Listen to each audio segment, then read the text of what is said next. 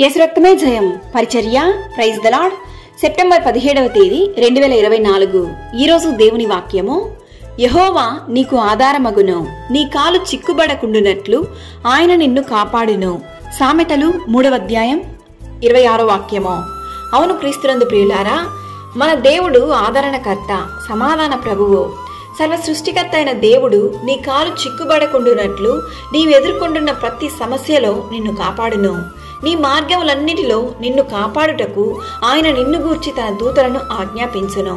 నీ పాదములకు రాయి తగులకుండా వారు నిన్ను తమ చేతుల మీద ఎత్తి పట్టుకొందురు. యథార్థముగా ప్రవర్తించు వారికి ఆయన ఏ మేలును చేయక మానడు. నా కాలు జారనని నేననుకొనగా యెహోవా నీ కృప నన్ను బలపరుచుచున్నది అని దేవుని వాక్యం సెలవిస్తుంది. కావున ప్రతి సమస్యను బట్టి దేవుని సన్నిధిలో మోకరించండి. మనుషులు నీ పైరూపాన్ని మాత్రమే చూస్తారు.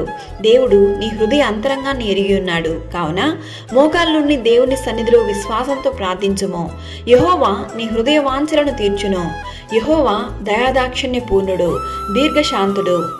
నీ శత్రువుల ఎదుట ఆయన నిన్ను సిగ్గుపరచనివ్వడు. భూమి కంటే ఆకాశము ఎంత ఉన్నతముగా ఉన్నదో ఆయన యందు భయభక్తులు గల వారి ఎడల ఆయన కృప అంత అధికముగా ఉన్నది. సకల ఘనత మహిమ ప్రభావములు యేసయ్యకు మాత్రమే కలుగును గాక. ఆమేన్. God bless you.